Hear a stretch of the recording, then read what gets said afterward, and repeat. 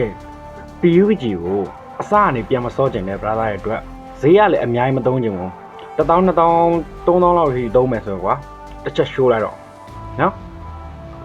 တိတ်အများမပြတော့ outfit လေးရင်တော့ပြမယ်တော့ဒီ line ကြာနေ outfit တွေမြင်တဲ့အတိုင်းပဲကောင်းတာမကောင်းလို့ crew set လေးပါတယ်နော်ဒီရန်သမားရဲ့အကြိုက် crew set လေးပါတယ်offer တွေကတော့မြင်တဲ့အတိုင်းအများကြီးပဲเนาะဒါတော်တော်လေးကိုမိုက်နေချိုးလိုက်အောင်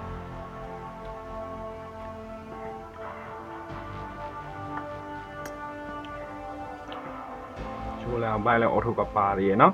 မကြီး Q set လေးပါတယ်ပပတ်ကလည်းမြင်တဲ့အတိုင်းပဲ M4 ကလည်း second ပါတယ်ကဲ upgrade gun လေးတော့ပြပေးမယ်